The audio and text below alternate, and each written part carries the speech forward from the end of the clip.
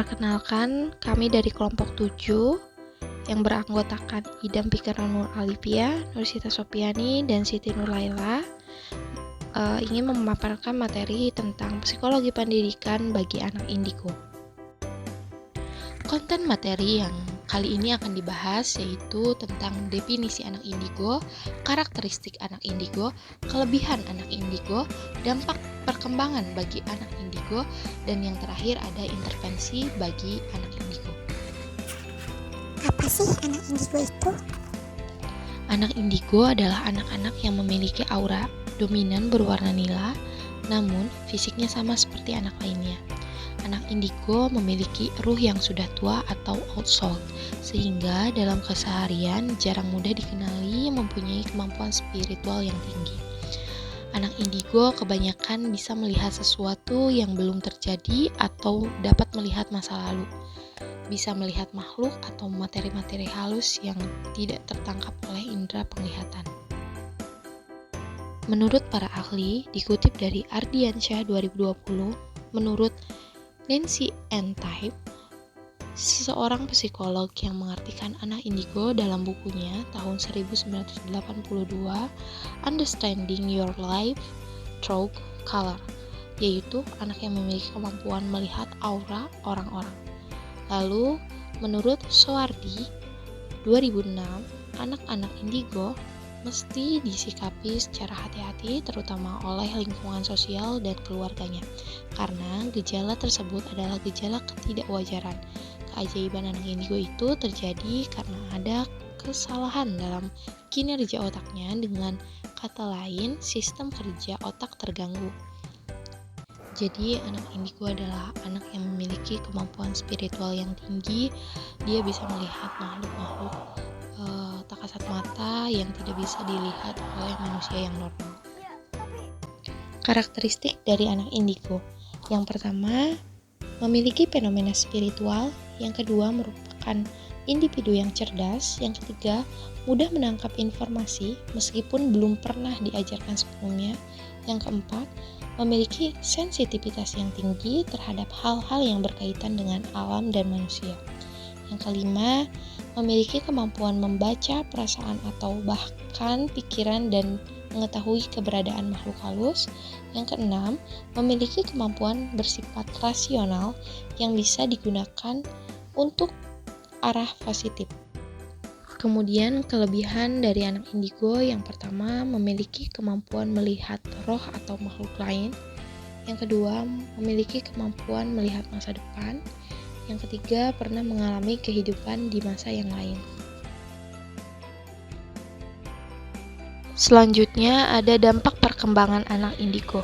Yang pertama, anak indigo menuntut perhatian lebih dan merasa bahwa hidup terlalu berharga untuk dilewati begitu saja.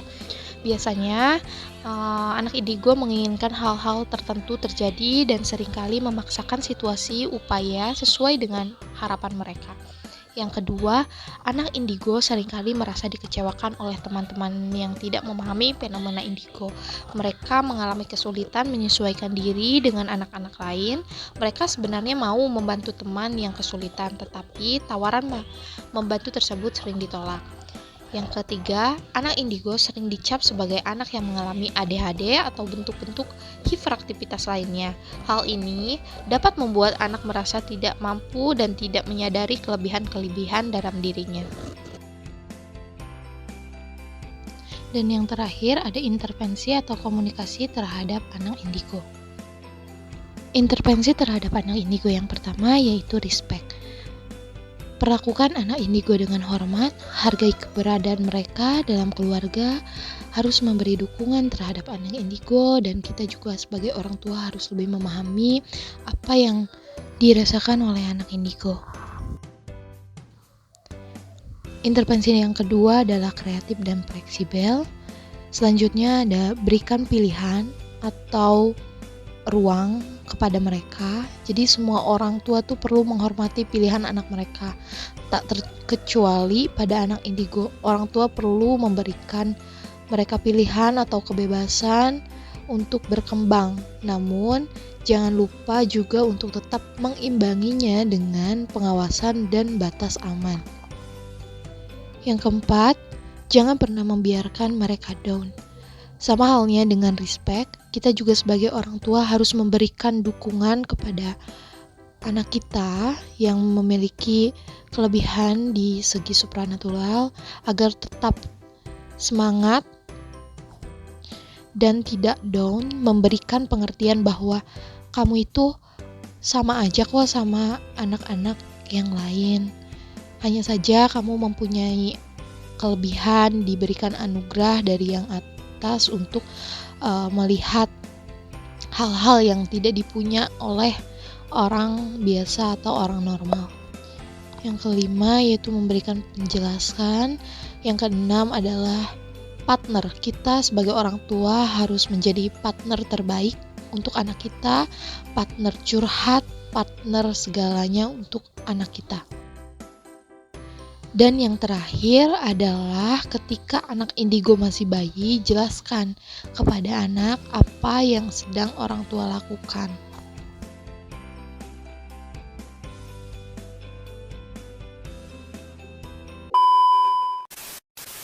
Assalamualaikum Pak, selamat siang.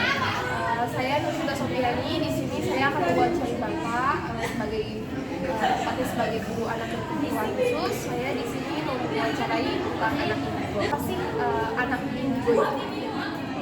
Menurut saya, jadi itu anak indigo itu yang memiliki kemampuan khusus atau yang bisa melihat masa depan atau aura-aura seseorang yang khususnya dari hal mistis seperti itu. Nah,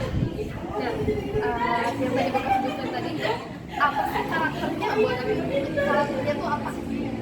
Salah satunya karakter yang dimiliki oleh anak indigo itu anak indigo itu salah satunya lebih pendiam. Karena apa? Karena dia memiliki kemampuan yang mungkin si anak yang lain tidak percaya akan hal itu. Yang kedua, dia itu sebenarnya jenius dan pintar, tapi dia hanya saja kebanyakan anak indigo itu introvert. Dan dari karakter-karakter yang sudah disebutkan Bapak tadi, apa sih menurut Bapak itu kelebihan dari anak indigo? Dari kelebihan anak indigo itu yang pertama ya bisa menguntungkan kita atau bisa membuat kita berhalusinasi lah. Misalnya contohnya kemampuan untuk melihat hal halus atau makhluk lain yang misalnya kan di sini ada yang percaya dan tidak percaya. Itu kan anak indigo itu khususnya bisa melihat hal-hal gaib seperti itu. Lalu yang kedua adalah kemampuan melihat masa depan. Nah, di sini juga anak indigo bisa melihat masa depan seorang anak atau misalnya seseorang lah yang bisa dilihat masa depannya oleh anak indigo itu. Tetapi bisa dipercaya atau tidak, bisa pembenarannya benar atau tidak. Lalu yang ketiga, pernah mengalami kehidupan di masa yang lain. Contohnya, misalnya si anak indigo itu bermimpi atau misalnya contohnya mimpi itu iya bukan jadi kenyataan. Jadi si mimpi itu misalnya masuk ke dunia lain atau dipanggil ke dunia yang di bawah alam sadar dia seperti itu. Lalu dampak perkembangan indigo yang dampak buruknya yaitu anak indigo menurut perhatian lebih dan merasa bahwa hidup terlalu berharga. Jadi si anak indigo itu memiliki perasaan yang dia itu memiliki apa sih, kayak hidup dia itu penting. Jadi kelemahan itu si anak indigo itu merasa terganggu, seperti dia kan suka melihat hal-hal lain, misalnya makhluk halus dan atau makhluk yang tak kasat mata itu kan mengganggu dia. Nah, jadi si anak indigo itu cenderung lebih pendiam karena dia tidak bisa menceritakan ke orang lain. Kalau diceritakan juga pun tidak akan mudah dipercayai. Seperti itu. Baik, makasih Pak untuk penjelasannya. Dan sekarang ada nggak sih murid Bapak yang terlihat ya ada kebutuhan khusus gitu di indigo? Bisa lihat makhluk-makhluk ini. Oh iya, salah satunya ada sih. Ada satu orang anak yang menurut saya indigo itu ada, yang namanya itu Siti Nuraila. Oh, boleh dipanggil dulu Pak? Boleh. Kita wawancara sebagai contoh. Oke, Bu, ini bisa dilihat ya Bu. Kita di sini kan saya punya contoh anak yang mempunyai Indigo itu namanya Siti Nurhaliza ya. Nah, coba ya bisa ceritakan Siti Nurhaliza apa yang dirasakan menjadi anak Indigo itu? Gini ya Bu, saya itu bisa melihat makhluk halus ya. Kadang ada makhluk halus yang mengganggu saya, tapi ada juga yang baik gitu.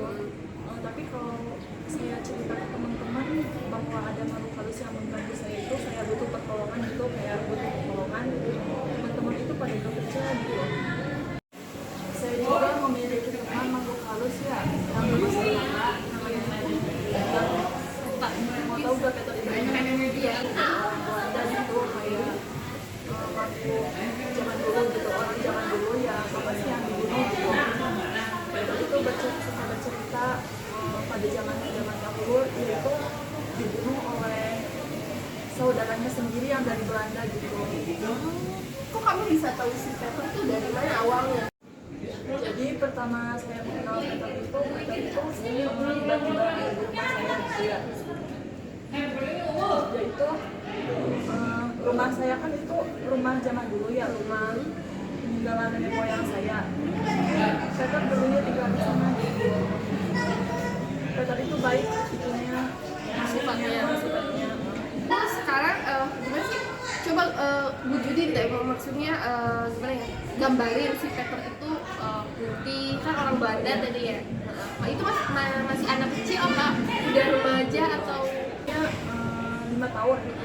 Karena pas dia dibunuh itu pada usianya 5 tahun gitu. Jadi kan kalau makhluk halus itu gak bertambah usianya gitu ya, tetap 5 tahun aja.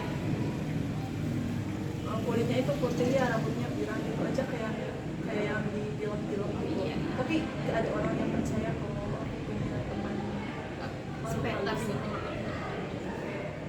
Nah kan tadi kamu udah cerita-cerita tuh tentang apa sih pengalaman kamu, terus pengalaman mengenal Peter teman kamu, dan gimana sih reaksi teman-teman kamu tuh terhadap kamu tuh kurang percaya gitu ya. Nah pribadi kamu tuh ya seru nggak sih jadi anak indigo? ada serunya ada enggaknya juga. Kan serunya tadi seperti yang udah dijelasin, kita itu punya teman yang baik gitu. Lalu saya itu kadang merasa tapi kadang saya itu merasa terganggu ya kalau ada apa sih makhluk halus ya yang mengganggu saya, seperti misalnya ketika saya tidur dia itu ada di rumah gitu. Seru juga ya. Dia itu suka apa ya, kayak yang berisik gitu. Kan saya bisa mendengar. Iya. Baik Ella, Pak, terima kasih. Ella juga terima kasih untuk sharing-sharing pengalamannya sebagai anak indigo. Kurang lebihnya saya mohon maaf ya bila ada perkataan yang salah atau menyinggung Ella atau Bapak. Saya tutup. Assalamualaikum warahmatullahi wabarakatuh. Waalaikumsalam warahmatullahi